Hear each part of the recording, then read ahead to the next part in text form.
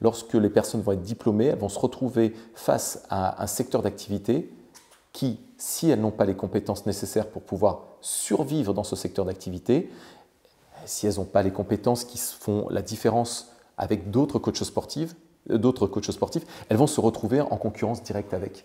Et donc là, c'est ce qu'on appelle l'océan rouge, dans lequel on va se battre pour essayer d'avoir des clients, alors que si on a des compétences que les autres n'ont pas, et c'est pour ça que les formations sur des compétences autres que les compétences qu'on peut retrouver un peu partout sont très importantes, parce qu'on pourra se retrouver non plus dans l'océan rouge, mais dans l'océan bleu.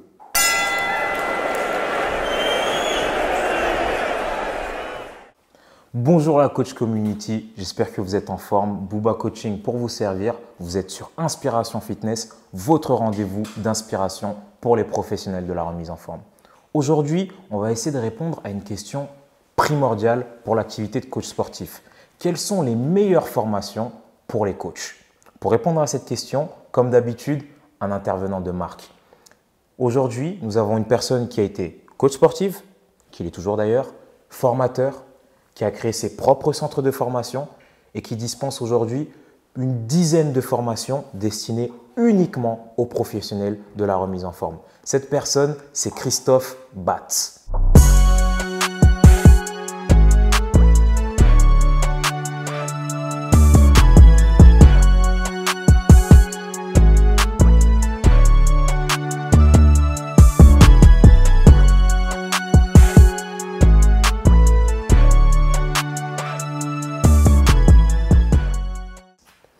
Bonjour Christophe. Bonjour Bouba, merci pour l'invitation. Déjà, merci d'avoir répondu favorablement à cette invitation. On est vraiment ravis de te recevoir avec toute l'équipe First Round. Comment tu vas? Écoute, comme la majeure partie du temps, très bien. Super. Toujours beaucoup d'énergie, beaucoup de passion, toujours, ce qui me permet d'être aussi là aujourd'hui pour répondre à cette interview. Ça, c'est super. Du coup, je t'ai présenté succinctement. Est-ce que tu peux nous parler un petit peu de toi, te présenter un peu plus? On pourrait parler peut-être de couteau suisse, parce que je m'intéresse à beaucoup de choses. Mais c'est plutôt aujourd'hui, après avoir passé une bonne partie de ma carrière en tant que coach sportif, aujourd'hui c'est plutôt continuer à transmettre, mais pas à des adhérents de club, à des coachs, pour leur permettre justement de bien vivre de leur passion et d'en vivre confortablement. C'est ce qu'on peut appeler aujourd'hui le rôle de formateur? Oui, on pourrait dire ça. Donc voilà, Christophe Batz, formateur aujourd'hui pour les coachs sportifs. Donc ça, c'est la présentation. Et maintenant, est-ce que tu peux nous parler un petit peu plus justement de ton parcours? Qu'est-ce qui t'a amené à devenir formateur pour les coachs? Alors ça a commencé il y a très très longtemps, lorsque j'ai eu des déboires en seconde avec des notes en mathématiques qui étaient déplorables et qui m'ont fait à un moment donné passer en première, mais sur une première avec une première que je voulais absolument pas faire. Et néanmoins, une première qui m'a permis de complètement partir à l'inverse. C'est-à-dire, autant en seconde, j'avais des notes qui étaient pitoyables, 4 sur 20, 3 sur 20, enfin des choses quand horribles. Même. Ça piquait. Et passer en première, la révélation, 16, 17 sur 20 en mathématiques, parce que j'ai rencontré le hasard a fait que je puisse être mis sur le chemin d'un professeur qui est un professeur de mathématiques et qui prenait le temps de nous expliquer et qui a été comme une révélation en moi et qui m'a donné par la suite l'envie de transmettre, parce que je me suis dit, en fait, il n'y a pas de cancre, il n'y a que de mauvais pédagogues. Et donc, j'ai eu envie de transmettre et d'être moi aussi, à mon tour, un très très bon pédagogue. Et du coup, pourquoi le sport? Parce que notre secteur d'activité, c'est un secteur qui donne de l'énergie, qui fait vibrer, on partage énormément avec les adhérents, même en coaching privé, on arrive à faire des choses que les personnes n'auraient pas faites toutes seules.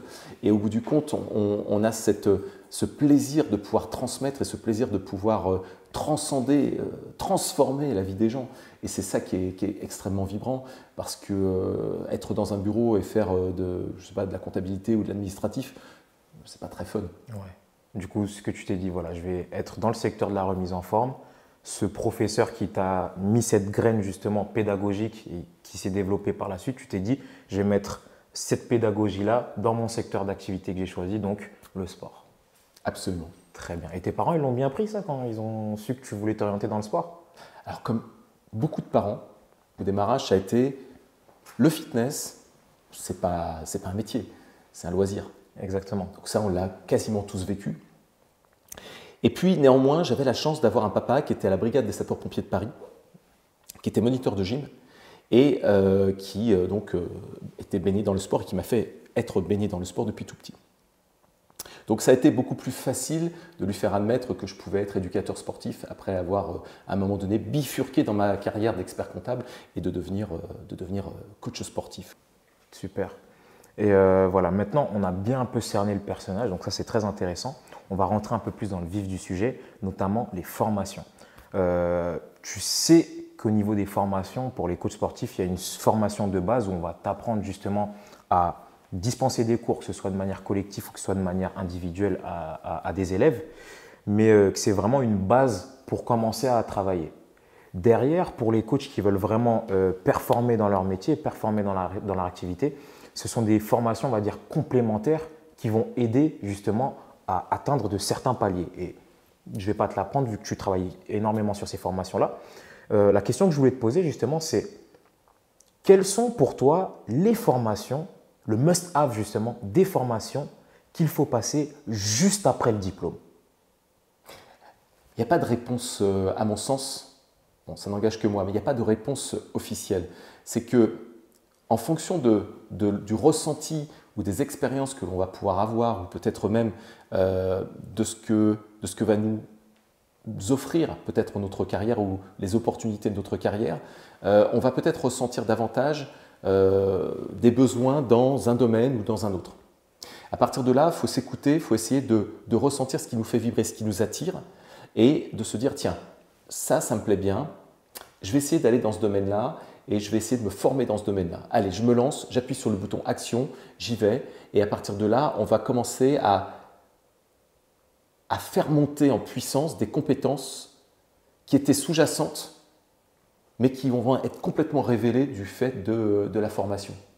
Très bien. Et tu ne penses pas, par exemple, qu'il y a peut-être des compétences que l'on ne va pas forcément développer en formation, qui sont par contre totalement, qui sont vraiment essentielles même à l'activité? Parce qu'il y a la formation et le savoir-faire, mais pour en discuter avec pas mal de coachs et de personnes qui sont intervenues justement dans nos interviews, il y a eu un constat aussi qui s'est fait assez rapidement, c'est que dans toutes les formations qu'on a pu avoir en tant que coach sportif, on nous a énormément apporté sur le savoir-faire technique, mais on nous a peu apporté sur le savoir-être au quotidien.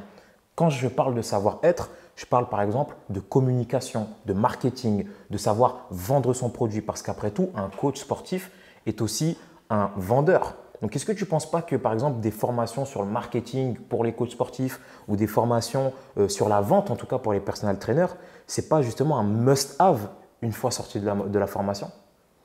Effectivement, on a aujourd'hui un métier qui se dirige quasi majoritairement vers le travailleur indépendant, avec un régime qui est le travailleur indépendant. Ce qui fait qu'on peut regarder sur le groupe emploi professionnel de la forme France sur Facebook, qui est le groupe officiel de l'emploi et de la formation, que, allez, on va dire à vue de nez, 9 postes sur 10 sont des postes qui sont destinés à des travailleurs indépendants, des auto-entrepreneurs. Et à partir de là, effectivement, il y a un problème. Il y a un problème au niveau de la formation, parce que la formation n'apprend pas à se mettre en micro-entreprise avec le bon choix, ou peut-être en société commerciale, à se vendre, donc à travailler sa grille tarifaire pour qu'elle soit vendeuse, à communiquer pour attirer des prospects, pour les transformer après en clients, des méthodes de vente, on n'apprend pas ça du tout. On n'apprend pas les régimes fiscaux, on n'apprend pas l'organisation en tant qu'entreprise, parce que quand on est auto-entrepreneur, on est une entreprise. Et là, c'est là que le bas blesse, parce que le système nous impose d'être en auto-entrepreneur, en micro-entrepreneur, mais la majeure partie n'ont pas les compétences pour pouvoir gérer leur entreprise. Donc, il y a souvent des déboires. Très bien. Donc, si je devais reprendre un petit peu tes propos, en tout cas des formations qui pourraient répondre un petit peu à ce qu'on appellerait le must-have en sortie de formation, ce seraient des formations notamment sur la gestion on va dire, de société, c'est-à-dire savoir déjà sous quel régime se mettre une fois qu'on commence notre activité, donc en un. Ensuite, des formations pour justement apprendre à vendre notre produit, enfin nos services, vu qu'on est des vendeurs de services. Et comme tu disais dans un de tes webinars, on vend notre intellect. C'est aussi un peu ça. Donc, c'est intéressant de voir que ces deux aspects sont pour toi les must-have, si je devais traduire ce que tu disais, quand on sort de formation. Pour toi, une fois qu'on a fait notre diplôme, qu'on a été diplômé, qu'on a fait les premières formations, c'est-à-dire le must-have dont on a parlé en début d'interview, quelles sont les formations qui permettent justement non plus de réussir à travailler dans notre secteur d'activité, mais qui peuvent nous permettre justement de performer. Moi, c'est ce que j'appelle les formations d'avenir, celles qui nous permettent d'avoir un peu plus de longévité dans notre activité. Pour toi, c'est quelle formation qu'il faut avoir après? Alors après, ça va être la deuxième surcouche, c'est-à-dire en fait des formations qui sont, comme on en parlait tout à l'heure, l'hypnose, la PNL, la psychologie en général, les neurosciences, le neuromarketing. Tout ça, ce sont des compétences, des surcompétences qui font qu'à un moment donné, on passe un niveau et que là, on va vers l'excellence. Et c'est là que sont les meilleurs personal trainers et les meilleurs coachs sportifs, c'est qu'ils ont réussi à faire pas à pas deux surcouches, l'une après l'autre. D'abord la première avec tout ce qui est marketing, vente, communication et puis gestion. Et après, dans un deuxième temps, là, le premium qui est effectivement le fait d'avoir des compétences en notamment psychologie, neurosciences, nutrition qui font qu'on s'élève et on se différencie. C'est super intéressant ce que tu nous apportes là. Moi, j'ai l'impression qu'en sortie de formation, enfin en sortie de diplôme, dans un premier temps, il faut réussir à travailler un peu plus sur soi, c'est-à-dire réussir à faire des grilles tarifaires pour offrir notre service, réussir à marketer notre service, réussir à communiquer sur nos services, c'est-à-dire vraiment ce travail sur soi pour pouvoir développer son activité. Et que tu nous dis que dans un deuxième temps, les formations d'avenir, c'est plutôt des formations qui sont orientées sur la cible, sur le client, savoir justement l'accompagner de manière on va dire, plus émotionnel, un peu plus mental, j'ai l'impression. Parce que tu aurais pu nous parler de formation, je ne sais pas, sur les réseaux sociaux, sur la boxe, sur le yoga. Non, tu nous parles justement de neurosciences, tu nous parles justement d'hypnose. Toutes ces compétences qu'on va allouer à l'individu que l'on va coacher. Et ça, je trouve que c'est très intéressant, c'est très personnel aussi. Parce qu'il y aura certainement des personnes qui seront en désaccord avec ce que tu peux penser. Mais si je me trompe, tu me le dis. Hein. En tout cas, j'ai l'impression que vraiment c'est ça. D'abord, se former sur soi, savoir véhiculer quelque chose. Et ensuite, se former sur la personne et essayer d'avoir tous les mécanismes mentaux, psychologiques et émotionnels de la personne qu'on va coacher. Et oui, parce qu'on est dans un système de balance. Et le diplôme nous apporte tout ce qu'il faut pour être tourné vers la personne. Mais on en a beaucoup et pas suffisamment pour être tourné vers soi, c'est-à-dire son entreprise. Parce que forcément, si on part en micro-entreprise, à un moment donné, il faut vraiment travailler là-dessus, il faut vraiment être chef d'entreprise avec toutes les compétences. Donc on rééquilibre l'ensemble avec des formations qui sont des formations, comme on disait, en marketing, en gestion, en méthode de vente. Et puis après, une fois que tout ça s'est équilibré, on rajoute une surcouche supplémentaire qui est la partie qui va rééquilibrer le tout mais redonner un peu plus de poids et donner notamment des coachs qui sont des coachs qu'on appelle holistiques, c'est-à-dire qui sont multi-compétences, qui ont plein d'outils à leur disposition dans une boîte à outils, puisqu'en fait ils ont accumulé ces savoirs-là et ces compétences-là, et à un moment donné, quand ils ont un client avec un cas bien particulier, ils ouvrent leur boîte à outils, ils vont chercher l'outil qui va bien et ils le mettent en place. Et c'est là que on arrive sur du haut niveau. Pour rebondir un petit peu sur ce que tu dis, chez First Round, en tout cas, nous, on a des positions fortes par rapport à ce type de coaching. On appelle ça le coaching 360, simplement parce qu'on a une prise en main physique, mais également mentale et émotionnelle. Et on est totalement en accord avec ce propos. On pense que le coach ne doit pas être juste être une personne qui va prendre en main physiquement l'individu, il doit le prendre en 360. Dans sa globalité, exactement. Maintenant, je vais te poser la question à l'inverse. Une question qui blesse. Est-ce qu'il y a des formations qui ne servent à rien? Alors la réponse, forcément, elle est oui. Tu t'en doutes, parce que de toute façon, tu me l'as téléchargé, tu me l'as téléporté, pardon. Mais effectivement, il y a des formations qui peuvent parfois ne pas servir. Alors, ce n'est pas des formations qui sont de mauvaises formations, ce sont des formations qui n'ont pas d'intérêt au moment voulu. Alors, ce qui se passe, c'est que dans notre secteur d'activité, nous sommes de très très bons techniciens. Les formations BPGEPS, CQP, STAPS ou DOST des métiers de la forme sont des formations qui apportent de la compétence au niveau technique. Donc on est de très très bons techniciens quand on sort de formation, mais on est de très très très mauvais vendeurs, on est de très très mauvais chefs d'entreprise, de mauvais gestionnaires. Enfin, il y a tout un tas de choses qui fait qu'on n'est pas bon. Alors, les formations vers lesquelles il est, à mon sens, préférable sur lesquelles il est préférable d'aller, c'est plutôt des formations, ce ne sont plus des formations techniques. Il faut ralentir le poids des formations techniques une fois qu'on est sorti du diplôme, parce qu'on a déjà une très très bonne, beaucoup de compétences au niveau technique, mais d'aller plutôt vers des formations qui sont complémentaires et qui permettent d'équilibrer la chose. Et ce sont les formations effectivement en marketing, en vente, en gestion.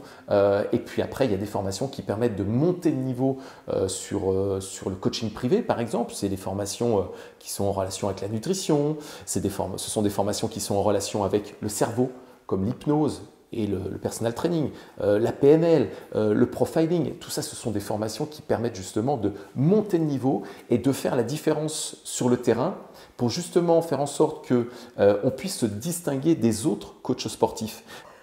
Pour reprendre un petit peu tes propos par rapport aux formations qui ne servent à rien, à ton avis, je vais parler en ton nom, même si tu es là pour me corriger si je me trompe, les formations techniques sont à mettre un peu plus de côté. Enfin, quand je dis technique, c'est-à-dire les formations sur ce qu'on a appris déjà dans le tronc commun, peut-être les mettre un peu plus de côté et aller chercher des formations qui sont plus complémentaires avec ce qu'on vient d'apprendre. C'est-à-dire des formations, comme tu le dis, sur l'hypnose, sur la vente, le marketing, etc.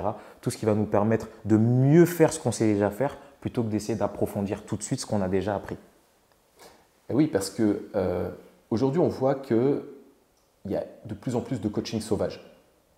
Le phénomène n'est pas endigué, puisqu'en fait, les autorités font rien pour endiguer le phénomène. Mais pourquoi, en fait, est-ce que le coaching sauvage monte autant? Parce que justement, il n'y a pas de répression à ce niveau-là, mais aussi parce que n'importe qui aujourd'hui, alors je vais peut-être faire hurler énormément de diplômés, mais la réalité, elle est là. C'est qu'aujourd'hui, énormément de personnes sont capables de faire un squat, des pompes, du travail de sang, j'allais dire du TRX, mais je n'ai pas le droit de citer de nom, donc je n'ai pas cité TRX. Ça va être un… En fait, toute la partie technique, aujourd'hui, on est capable de l'apprendre avec les réseaux sociaux, avec YouTube. Il n'y a pas très longtemps, je parle avec une personne qui me dit « Tiens, ce soir, je vais faire du crossfit ». Et je lui dis « Tu vas faire du crossfit où? Tu es inscrit dans quelle box ?» Et la personne me dit « Mais non, en fait, je ne suis pas dans une box, je le fais sur YouTube. » Très bien. Du coup, je pense que c'est bien, ça nous amène directement à la prochaine question. La raison qui t'a poussé justement à créer des formations? Alors, toujours la transmission, l'envie de transmettre et de faire monter en compétence les personnes qui sont autour de moi. Parce que je vois très très bien le secteur d'activité. J'ai eu plusieurs écoles, j'ai eu 4 écoles en tout. Donc je sais comment ça se passe pour le diplôme. Tu peux les citer ou… Oui, il y a eu Fitness Academy que j'ai créé en 2003. Il y a eu ensuite Global Training Formation qui est à l'Aqua Boulevard que j'ai co-créé avec 5 autres personnes. Et puis Efficiencia par la suite. Il y a eu 2 écoles de formation, une qui est en Picardie et une qui était à Lille qu'on a arrêtée. Mais globalement, étant coordinateur pédagogique, j'ai pu vivre exactement ce qui était le contenu du diplôme. Et même si toutes les écoles, je ne connais pas forcément toutes les écoles, mais on voit comment sont les diplômés. De toute façon, c'est sensiblement le même programme. On n'est pas dans… Enfin, il y a vraiment des lacunes. Globalement, il y a vraiment des lacunes qui font que lorsque les personnes vont être diplômées, elles vont se retrouver face à un secteur d'activité qui, si elles n'ont pas les compétences nécessaires pour pouvoir survivre dans ce secteur d'activité, si elles n'ont pas les compétences qui font la différence avec d'autres coachs sportifs, elles vont se retrouver en concurrence directe avec. Et donc là, c'est ce qu'on appelle l'océan rouge, ou dans lequel on va se battre pour essayer d'avoir des clients, alors que si on a des compétences que les autres n'ont pas, et c'est pour ça que les formations sur des compétences autres que les compétences qu'on peut retrouver un peu partout sont très importantes parce qu'on pourra se retrouver non plus dans l'océan rouge, mais dans l'océan bleu. Donc là, on a super bien répondu, je pense, aux questions liées aux formations. On a vu dans un premier temps, au sortir de la formation, qu'il fallait justement se focus vraiment sur soi, réussir à développer son activité grâce à des leviers comme le marketing, la vente, la communication. Et qu'ensuite, dans un deuxième temps, essayer peut-être de cibler peut-être tous les leviers cognitifs et émotionnels de son client grâce à des formations beaucoup plus orientées neurosciences, hypnose, etc. Donc, merci déjà pour cette première partie où tu nous aiguilles un petit peu plus sur les formations à faire lorsque l'on est coach sportif. J'aimerais qu'on aborde un deuxième sujet rapidement, c'est le sujet de la communauté des coachs sportifs. Déjà, est-ce que tu peux nous parler un petit peu, tu nous en as parlé brièvement tout à l'heure, la page emploi des professionnels de la remise en forme. Est-ce que tu peux nous en parler un petit peu? Le groupe emploi professionnel de la forme sur Facebook, c'est un groupe qui est privé et qui est destiné exclusivement aux coachs sportifs et aux patrons de club. Et c'est le groupe sur lequel sont diffusées les annonces, les offres ou les demandes d'emploi et aussi toutes les offres de formation. Il n'y a pas de vendeur de machines, il n'y a pas de vendeur de protéines, il n'y a que des coachs, il n'y a pas de clients, il n'y a pas de membres de club, il n'y a que des coachs et des patrons de club. Et c'est un observatoire officieux qui regroupe plus des trois quarts des coachs français. Il y a combien de membres aujourd'hui? 13 000 quasiment, on est quasiment à 13 000 membres, que des coachs et que des patrons de club. C'est le plus grand groupe qui existe de toute façon sur Facebook et même, je crois même sur Internet, dédié français, dédié aux coachs et aux clubs. Et bien évidemment, c'est un groupe qui est gratuit, c'est un groupe d'entraide, mais c'est un groupe qui justement est un observatoire, comme je disais, qui est un observatoire officieux, duquel on peut retirer des statistiques qui sont extrêmement intéressantes.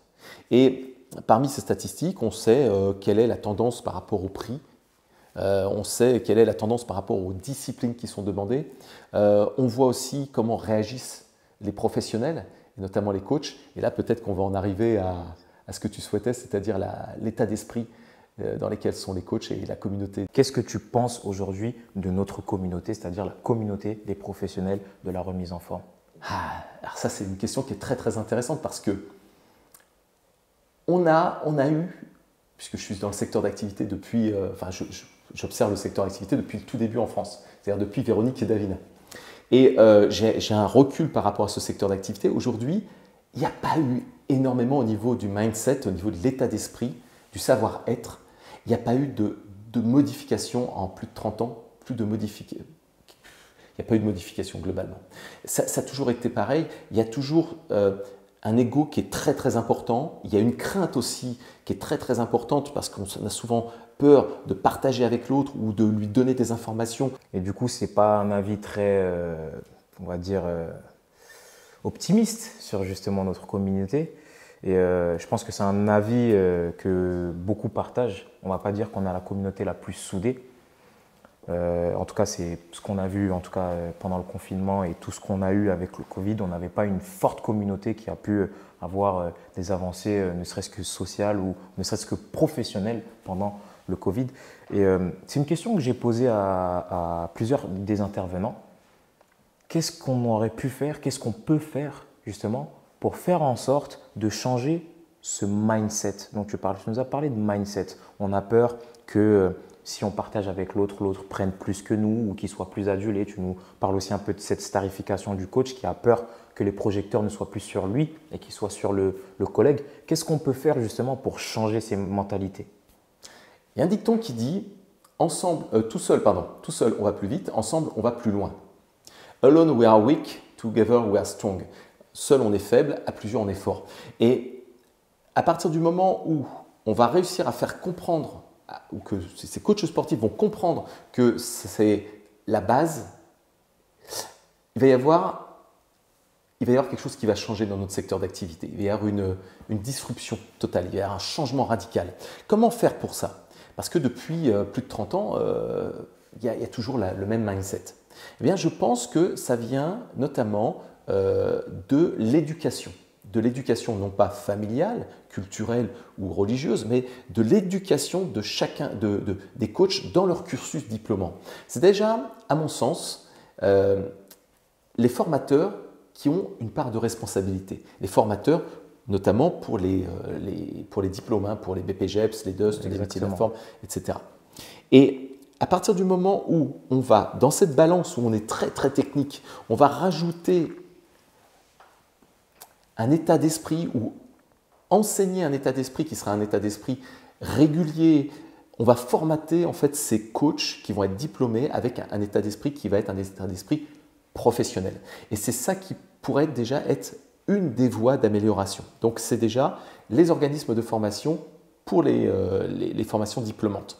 Ensuite, c'est aussi des personnes qui, comme toi, avec ton magazine First Round, permettent de justement amener de l'information et faire s'interroger les coachs. Là, les webinaires que je fais avec toute mon équipe, ce sont des webinaires qui justement apportent aussi ce petit lot de mindset supplémentaire vers lequel certains basculent de plus en plus. Et justement, on commence à sentir un léger revirement. Et c'est pour ça qu'il y a vraiment un fossé entre deux types de coachs qui sont le niveau 1 et le niveau 8-9. Et c'est parce qu'il y a justement certains qui suivent et qui comprennent que ce que tu fais, notamment avec les vidéos et ta chaîne YouTube, c'est très intéressant et qu'il faut le suivre et qu'il faut s'y intéresser, beaucoup plus que d'aller sur Internet et sur Facebook, aller voir les images de petits chats ou de rester ou de rentrer, par exemple, dans des sujets avec des commentaires qui sont totalement stériles et qui ne font pas avancer au niveau professionnel et qui amènent à des voies de garage. Donc il faut sortir de ça, il faut commencer à se dire voilà, maintenant je suis un professionnel et je dois continuer toute ma vie à m'améliorer encore et encore. Je suis totalement d'accord avec le premier point surtout que tu as avancé, c'est-à-dire sur la formation qu'on va avoir de base. On est énormément orienté technique et un peu moins, encore une fois, sur cette notion de savoir-être. Même pour approfondir un petit peu le sujet, tu nous dis en formation, on ne nous apprend pas forcément à travailler avec nos collègues, etc. C'est d'autant plus vrai que dans la majorité des centres de formation, il y a des tests de sélection. Ça veut dire que même pour entrer dans le centre de formation, on est déjà en compétition avec de futurs coachs. On est déjà en compétition. Pendant le cursus de formation, on est également en compétition parce qu'il y a des tests trimestriels ou annuels avec des classements. Dans beaucoup de centres de formation utilisent ce classement. Ça fait que la personne avec qui on se forme, même si on peut être très ami avec cette personne, en formation, on est souvent rival de cette personne. Parce qu'on est noté sur les mêmes cours, on est noté sur les mêmes performances, enfin sur les mêmes attentes de performance, et on ne va pas tous avoir justement ces mêmes performances-là. Donc est-ce que tu ne penses pas qu'il faudrait peut-être fondamentalement changer même la structure des formations? Peut-être être un peu moins dans la sélection et les tests de sélection, être un peu plus dans du partage de connaissances, des exercices à faire à 2 ou à 3 plutôt que de toujours travailler seul. Est-ce que tu ne penses pas qu'il faudrait peut-être remanier un petit peu même tous ces cursus de formation? Alors pour ça, il faudrait demander au ministère. Déjà. Il faudrait avoir l'approbation d'un mammouth qui se déplace très très lentement. Bon, alors ça c'est la première chose. Ça serait très énergivore, ça serait chronophage, et on pourrait arriver à peut-être même pas de résultat au final, donc avec une déception globale. Non, ce qui est à mon sens beaucoup plus intéressant, c'est de faire des castings de formateurs qui sont des formateurs professionnels. Parce qu'aujourd'hui, les formateurs qui sont dans les centres de formation, c'est surtout du réseautage. J'ai un copain qui fait de la musculation et qui est diplômé en musculation, on va le faire rentrer en tant que formateur. Mais aujourd'hui, c'est beaucoup de réseautage, mais ce n'est pas forcément un casting par rapport à des professionnels qui sont avec des compétences de formateur, c'est-à-dire une pédagogie à part entière. Du coup, peut-être être un peu plus sélectif vis-à-vis des formateurs plutôt que vis-à-vis des formés. Exactement.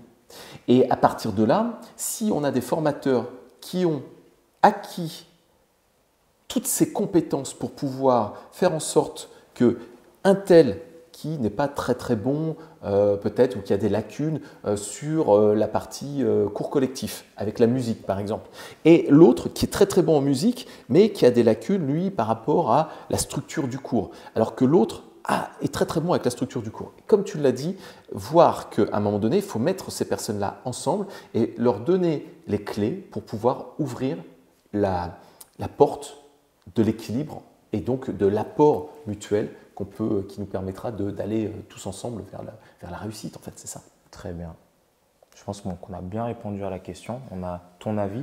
Il y a quelques points très intéressants, je pense, qui vont peut-être mettre une graine qui germera dans la tête des coachs plus tard. En tout cas, c'est intéressant. Quel avenir tu vois justement pour notre industrie? Plutôt quelque chose de florissant, parce qu'on est bien parti. Hein. On voit que notamment le nombre de personnes qui s'intéressent au secteur d'activité, enfin on va dire de personnes qui s'inscrivent ou qui pratiquent les activités de la forme est en augmentation chaque année. Donc on n'est plus les enfants pauvres, quoi qu'on le reste encore un petit peu, mais on est de moins en moins les enfants pauvres de l'Europe par rapport à ça. Et on voit qu'il y a une amélioration dans les compétences des coachs sportifs. Alors, ceux qui sont au niveau 1, à un moment donné, peuvent se dire, bah, tiens, j'ai envie de passer au niveau 8-9. Donc, je vais faire en sorte de me différencier et de m'intéresser. Ça reste quand même assez discutable parce que depuis 20 ans, tu as dû suivre un peu l'évolution. Le diplôme pour devenir coach sportif est de plus en plus court. Il y a de moins en moins de modules, il y a de moins en moins de compétences à avoir. Oh, il n'a pas changé. Globalement, le programme n'a pas changé. Entre le brevet d'état des métiers de la forme, où j'étais coordinateur pédagogique, et le BPGEPS, on a eu un peu moins de contenu, mais un petit peu moins de contenu. C'est plutôt, je dirais que la responsabilité revient surtout au centre de formation pour les formations diplômantes, avec un casting de formateurs qui doit être un casting d'excellence. Donc il doit y avoir une prise de conscience des organismes de formation pour les formations diplômantes, BPGEPS, DOS des métiers de la forme, STAPS, CQP, pour faire en sorte de mettre à disposition des personnes qui veulent venir se former des formateurs qui sont de vrais formateurs et non pas un formateur qu'on a pris à droite, à gauche parce qu'il semblait avoir les compétences ou peut-être les années d'expérience, on ne sait pas trop, mais les années d'expérience pour pouvoir enseigner. Très bien. 2 livres que tu pourrais conseiller justement, comme on a eu cette première partie, on a parlé de formation, on a terminé un petit peu sur le secteur d'activité, l'industrie du fitness. Est-ce que tu aurais 2 livres que tu conseillerais à une personne qui voudrait se former? Alors, pour une personne qui veut se former et qui veut s'améliorer en technique, il y a une foultitude de livres pour apprendre à faire des squats, pour apprendre les appareils de musculation, pour bien se positionner, la physiologie, la biomécanique, enfin, il y en a une multitude. Maintenant, sur la partie dont on parlait tout à l'heure, qui est la partie justement marketing, vente et gestion d'entreprise, en France, il n'y a que 2 ouvrages qui existent. Celui de mon copain Christian Françoise aux éditions Amphora, qui est celui-ci. Tu peux le montrer à la caméra? Et voilà, qui s'appelle Devenez coach sportif indépendant, qui est un très très bon livre, dans lequel il y a déjà toutes les bases, tout ce qu'il faut. Et c'est voilà. En plus, il y a la préface de Didier Ress que vous connaissez vraisemblablement parce que c'est lui qui a écrit avec Pascal Prévost la Bible de la préparation physique. Et puis celui qui est un petit peu plus gros, voilà, on le voit en différence, c'est celui que j'ai sorti il y a un peu plus d'1 an de ça et qui justement, pareil, qui s'appelle la Bible du personal trainer. Tu peux le montrer également à la caméra.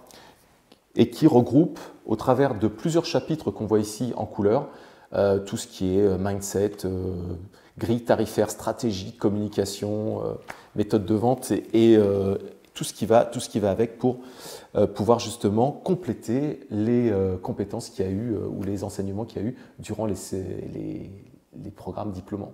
Très bien. Est-ce que tu aurais, voilà, dernière question, est-ce que tu aurais, si par exemple tu devais donner un conseil, ne serait-ce qu'un conseil à un jeune coach, qu'est-ce que ce serait? Les plus mauvais vendeurs sont comme les crocodiles. Ils ont une grande bouche et des petites oreilles. Et les meilleurs vendeurs sont comme des éléphants. Ils ont des grandes oreilles et une toute petite bouche. Donc apprenez à vous taire et apprenez à écouter. Très bien. Bon, c'est pas tombé dans l'oreille d'un sourd en tout cas. Ça, c'est pour le jeu de mots. Un dernier mot, peut-être, par rapport à l'interview qu'on vient d'avoir. Si tu as envie de… Ah, j'ai oublié une question. Non. Quels sont tes futurs projets, si tu en as? Tu peux nous parler un petit peu de tes projets à venir? J'ai toujours en tête 10 000 idées. Ça fuse, mais à un point pas possible. Mais sur ces 10 000 idées par an, j'en ai qu'une ou deux qui finalement sont concrétisées. Et prochainement, les projets à venir sont déjà avec le salon du fitness, le Body Fitness, qui est habituellement sur Paris, l'organisation d'une partie spécifique pour des conférences spéciales coach sportif. Jusqu'à présent, il y avait des conférences pour et les patrons de club, c'était tout un espace pour les patrons de club et les coachs sportifs, mais majoritairement pour les patrons de club.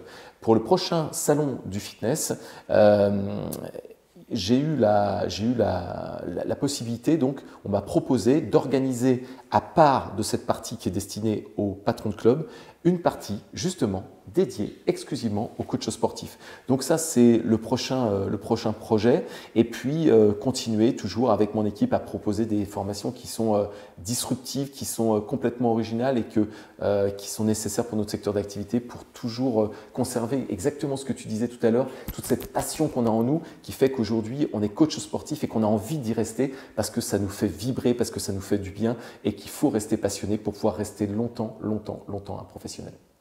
Dernier mot pour la fin? Eh bien, bonne chance, je ne sais pas, par exemple. Non, on pourrait dire, restez passionnés et faites en sorte de sortir des chemins battus. C'est-à-dire, intéressez-vous à ce dont les autres ne s'intéressent pas. Allez chercher des choses que tout le monde ne va pas chercher. Soyez originaux, faites en sorte de vous différencier. Et tout en ayant bien évidemment une base qui est commune parce que ça permettra de répondre à la majeure partie de ce qu'on pourra vous proposer, mais surtout allez chercher des choses que les autres ne font pas. Et c'est ce qui fera qu'à un moment donné, vous allez vraiment devenir des coachs d'exception. Sur ces belles paroles, merci Christophe. Merci Bouba, merci First One et continuez comme ça. Merci pour la force et le soutien. On vous soutient tout autant. Christophe Batz Formation, toi et toute ton équipe. Ce que vous apportez à l'industrie, c'est vraiment très important. Surtout, par exemple, on en a parlé tout à l'heure, mais ce groupe emploie des professionnels de la remise en forme. C'est un groupe qui a aidé énormément de coachs, énormément de managers. Et pour tout ça, et pour tout ce que tu fais à côté, je tenais vraiment à te remercier. En mon propre nom, mais également au nom de toute l'équipe First Round et je dirais même au nom de tous les coachs. Parce que tu as vraiment aidé, enfin vous avez vraiment aidé énormément de gens et ça, vous le faites à titre gratuit. On ne le dit pas assez, il faut le répéter, c'est à titre totalement gratuit. Avec Christophe Batz, aujourd'hui, nous avons essayé de répondre à une question simple. Quelles sont les meilleures formations pour les coachs sportifs? On a également abordé la thématique de la communauté des coachs sportifs. J'espère que cette interview vous servira dans votre activité de coach sportif et je vous dis à très vite pour une prochaine interview sur Inspiration Fitness First Round Magazine. Merci à tous.